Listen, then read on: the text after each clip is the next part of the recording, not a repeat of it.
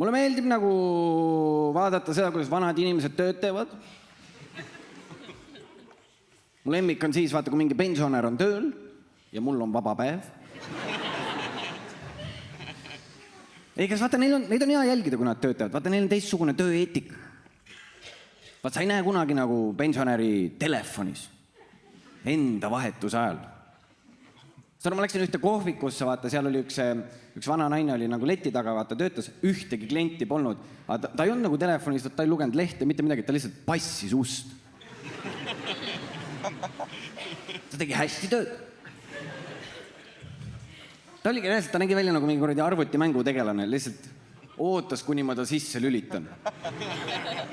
Ja ma astusin sisse, üliveider, ega meil oli kohe silmkontakt, vaata, ma nagu kohkusin, ütlesin talle tere. Ja siis ta ütles mulle vastu tere niimoodi, ma sain aru, et seal väga ei käi keegi. Vaata, siis ta vastas mulle, nagu ta ütles lihtsalt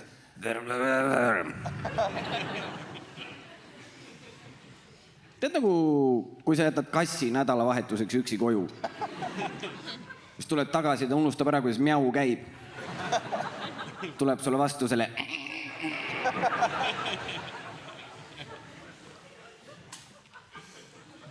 ma isegi ei saa aru, miks nagu keegi ei käinud seal hinnad olid ülihead, saad aru, kohv oli 2,80, ma andsin oma mündid talle pihku, ütlesin, palun üks kohv mulle, ta nagu võttis selle vastu, siis ta astus nagu eest ära ja ma nägin seda kohvimasinat. Ja tead, see oli see nagu see, tead nagu külmkapi suurune, kus oli nuppe nagu liftis. Kõik variandid, kuum kohv, iiri kohv, cappuccino, tee ja šaaga. Ta võttis minu 2,80 ja ta pani 1,70 sinna masinasse.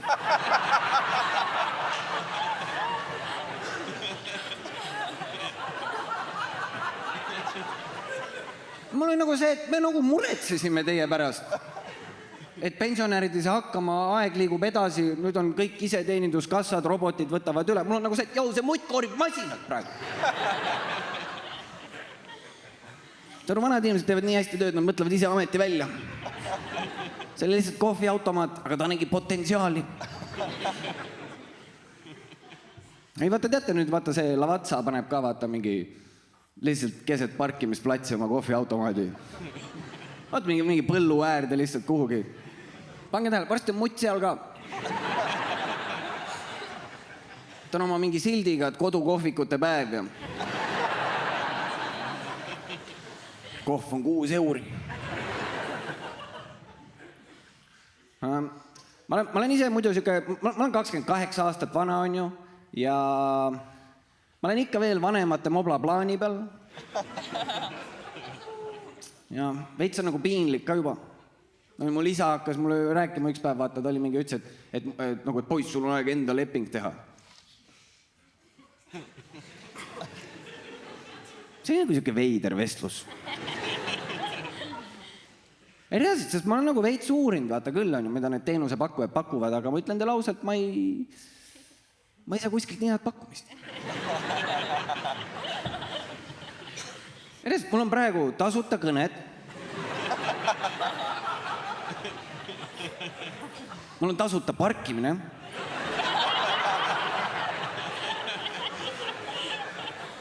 Ja ma olen tegelikult päris suur annetaja ka. Nii et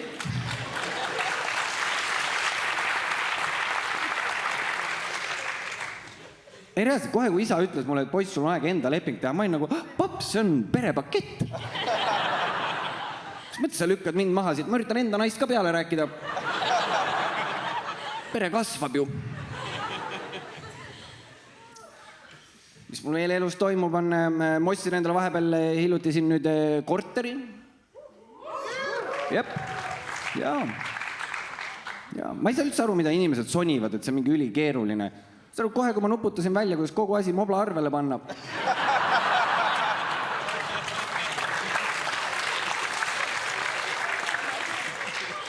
See asi hakkas nagu ise veerema lihtsalt. Aga sellest ei ole mingisugune ma ei tea, mingi haige katuse korter, see on lihtsalt siuke, see on mingi 60 aastat vana maja. On ju, see vajas kohest remonti, mul polnud raha, et hakata seal remontima. Siis mõtlesin nagu, et palgata nagu meeskonda või nii, vaata. Siis ma hakkasin ise pihta, on ju, ja ma nagu panin tähele, ma nagu ei pannud eriti nagu tööõpetuse tunnis tähele. Mul ei olnud eriti ideid. Ma mõtlen lihtsalt, ma ei taha särtsu saada. See on põhiline, särtsu ei taha saada. Panin nagu sealt elektrikilbist, vaata voolu välja, aga pool korterit jäi ikka põlema. Ja sellega mu ekspertiis lõppes. Kutsusin päris ehitajad kohal, nad hakkasid asja uurima, siis tuleb välja, et jama on selles, et pool minu korterist on nagu naabri elektrivõrgus. Nüüd, ma ei ole nagu sotsiaalselt nii võimekas tüüp, vaata, ma ei oska kuidagi, kuidas ma lähen selle naabri juurde, lasen ukse kella, ütlen, tere, ma olen uus naaber ja muidu saad 60 aastat poole selle korteri ees ka maksnud. Pärast ta nõuab minult seda raha välja, vaata, ma ei tea, mulle ei meeldi see vestlus. Siis ma lihtsalt mõtlesin, fuck it, ma ütlesin ehitajatele, ma ütlesin lihtsalt neile, et tead, pikendame. Paneme terve asja naabri võrku. Palju lihtsam vestlus, mida pidada. Ei, siis vaata, nüüd ma kujutan ette ka seda, kuidas ma mingi, ma ei tea, trepikojas lähen trepist üles, siis naabrimees näeb mind, hakkab kohe kiruma, vaata, ütleb ka mingi, hinnad on laes. Ja siis ma saan talle kohe vastuta, et jep, nagu 2 korteri eest maksaks.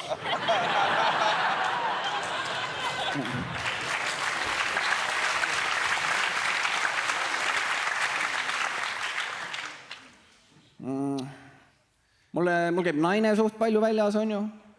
Mingi sõbrannadega kogu aeg, alati mingi Margit. Ta on mingi 7 Margitit. Lihtsalt prindib juurde neid kogu aeg. Mind isegi ei häiri see, et ta käib nendega väljas. Jumala lihtsalt käib. Vaata, mind häirib see, et kui ta on nendega väljas, on ju, siis mingil hetkel õhtu jooksul selgub, et taksod ei sõida enam. Sest mina saan selle kõne. Ma saan selle, musi, tule palun järgi. Pean minema, muidugi ma lähen. Aga vaata, ma ei lähe nagu niisama. Ma teen tal väikse tünga ka. Ja mis ma teen on see, et ma sõidan talle järele, on ju, ja kui ma jõuan kohale, ma ei ütle talle kohe, et ma olen kohal. Ma ootan mingi 20 minti autos. Ma võtan endale 2 kohukest kaasa. Istun seal vaikselt, söön kohukest, on ju. Siis ma panen selle sooja puhuri põhja, panen on ju kõik asjad põhja, siis panen ringõhu peale. Siuke kerge laktoositalumatus ka.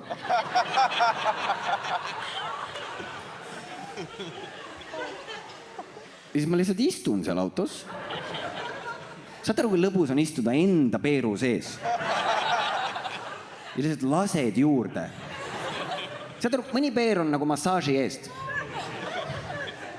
Lihtsalt mõnus on olla seal, saad aru, lihtsalt lasen järjest. Ja see on nagu süütu nali ka, vaata. Selles, et naine tuleb, istub autosse nagu ja me sõidame koju. Aga saad aru, ükskord olid päris head kohukesed. Ma olin mingi 40 mintsa seal autos. Reaalselt terve auto lõhnas nagu silopall. Ma oli siuke tunne, ma panen ise pildi kotti varsti, vaata, ma ei saa... Siis nagu kirjutan lõpuks naisel, vaata, mingi, et ma olen kohal, vaata, ja siis naine kirjutab, et ma tulen. Ja siis ta tuli nagu sõbrannaga koos. Ma ei ole kunagi nii kiirelt autost välja hüpanud.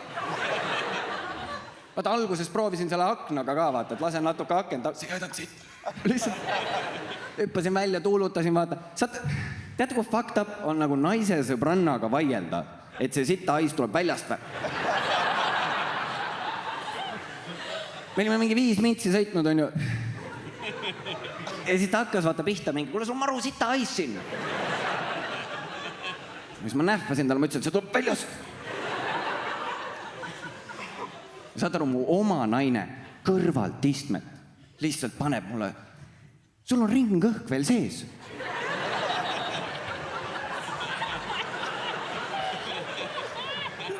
Mussi!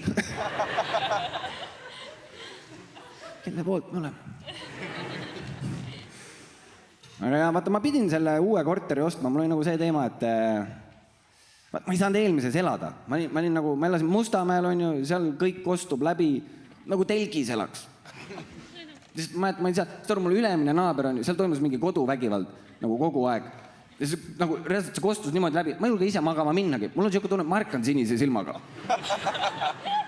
All oli mingi tüüp, kellel käisid kogu aeg mingid naised külas, vaata, ta oli seksuaalselt üliaktiivne. Kogu aeg mingid piffid külas, kogu aeg, ja siis sa kuuled ka seda, vaata, nad on nagu valjud ka, lihtsalt siuke, käibki lihtsalt proovi enda naisega telekat vaadata. Me oleme naisega koos diivani peal nagu mingi mask maha, mask maha, mask maha. Sa arvad, mingi kotik, kes seal maski taga on või? Ma tahan teada, kes seal on. Haiged hääled kogu aeg. Diivani all, siis on magamistoal, siis on uuesti. Mul on nagu see, palju teid on? Sellest kogu aeg jumala stress. Meil pole kodus kunagi siukseid hääli ka. Ma ei julge enda naisega enam seksidagi. Suurim hirm oli see, et me seksime ja siis vahepeal see alumine tüüp alustab. Nüüd see on nagu võistlus. Ja mul on siuke tunne, me tulime sõpradega lihtsalt 5 mängima. Teise korvi all on Kalev Cramo. No. Proovi niimoodi elada. Üliraske, lihtsalt kogu aeg oledki nagu mingi sündmuste keskel. Üleval on koduvägivald, all kepitakse, vahepeal kepiti nii palju, ma ei kuulnud vägivalda.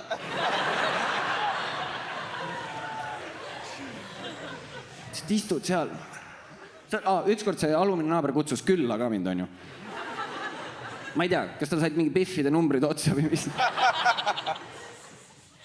Pidin minema, tahtsin teada, mis seal toimub. Pain plätud jalga, lippasin alla. Siis läksin sinna sisse, vaatas, sain teada, et nagu mu alumine naaber on nagu aktiivfotograaf. Ta oli terve korter, oli lihtsalt täis alasti pilte. Ja ei olnud nagu mingi rõve porno või niimoodi, see oli siuke maitsekas. Tead, kõik pildid olid nagu siuke mingi varjudega flirt, tead siuke, lihtsalt siuke... Nagu tükk aega jõllitad, sa ei saa aru, mida sa vaatad, lõpuks oled nagu, tuss! See oli kunst. Seal läksid mingid köied, vaata üleval, mingid konksud olid, siis ta seletas mulle, on ju, et ta teeb siukest asja ka nagu shibari, see on mingisugune seksikas sidumine, selle köiega seob naised niimoodi kuidagi seksikalt kinni. Sidus mind ka. Tahtsin täis elamust. Ja siis ta nagu räägibki mulle, vaata, et seob naised seksikalt kinni ja siis sinna konksu otsa peab kiige, siis peab naise kiige peale, lükkab hoogu ja siis annab minna. Vaata, nüüd ma sain aru, miks ma iga toa all seda kuulen. Ma ütlesin, et see naine on kurat pendli otsas ju. Nüüd on veel veidram, vaata, vahepeal ma olen üksi kodus, ma kuulen, neil läheb see triangel lahti seal all. Mul on siuke tunne, nagu ma oleks koduarestis. Lihtsalt nukralt akna peal, vaatan välja, mõtlen, tahaks ka kiikuda. Proovi niimoodi elada. Segas minu elu ka nii haige. Ma olin üks õhtu rahulikult rõdu peal, suitsetan savu, kedagi ei sega, lihtsalt vaikselt istun seal. Siis kuulen, et ülevalt tuleb see pereisa koju, vaata uks läks kohe nagu mingi pauguga kinni ja ta hakkas kohe oma selle perepoja peale röökima. Siis panigi kohe nagu mingi, suitsetame kanepit, jah? Siis see poiss nagu hakkas jooksma, vaata, mööda korterit ringi. Asjad kukuvad, ma kuulen see püksirihma, see... Poiss paneb läbi pisarate. Mina ei ole teinud! Sa ma ütlesin, rõdu peal närviliselt on mingi... Ega ma ei hakka ütlema, ma ka tegin ju. Kui ma tahan rihma saada, siis ma olen alla korrusele.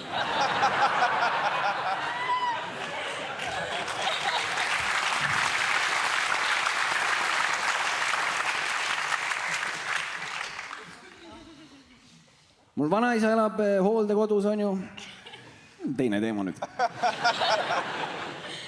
Aga tal on ka mingi veider hooldekodus. See on siuke nagu mingi suur hoone, kus nagu pool sellest on nagu vanadekodu, teine pool on lasteaed. Ja siis neil on ühine väliala. See on no bullshit. Essa kord läksin sinna, ma mõtlesin, et ma panin vanaisa lasteaeda. Mul nagu see, et kui aktiivsed need pensionärid peavad olema. Väljas on liu, mägi ja kiik. Töötaja mingi nägi ka mu segadust, vaata, siis tuli seletas mulle, ütles, vaata, meil on siuke kontseptsioon. Meil on nagu vanurid, meil on noored, ühine väliala, et nad saaksid koos mängida.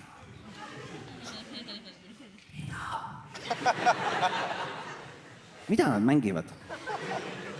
Ma nüüd terve aeg lihtsalt stressis, sellepärast ma kujutan see ette, kus minu vanaisa läheb õue, on ju, ja siis mingi poiss jookseb tema juurde ja ütleb lihtsalt, sina oled kull ja jookseb. Ja nüüd lihtsalt 2,5 tundi mu vanaisa vaatabki seda, kuidas päriselt ka elu jooksebki tema eest ära. See ei ole ju vanuritele lahe või ma ei tea, kujuta ise ette, istud seal, vaatad, mingi väike poiss õpib jalgrattaga sõitma, mõtled, endal läks just meelest. Nagu kelle jaoks on? Ma ei tea, see ei ole isegi lastele lahe ju. Ma olin suht nagu närviline väike poiss. Ma poleks elu sees tahtnud siukses lasteaias käia. Nalja, kasvataja ütleb mulle, Roger, mine jookse õues, mängi. Ma jooksen välja, saad aru, esimene pensionär, keda ma näen, mul on nagu see, et... Kui kaua sa siin olnud oled?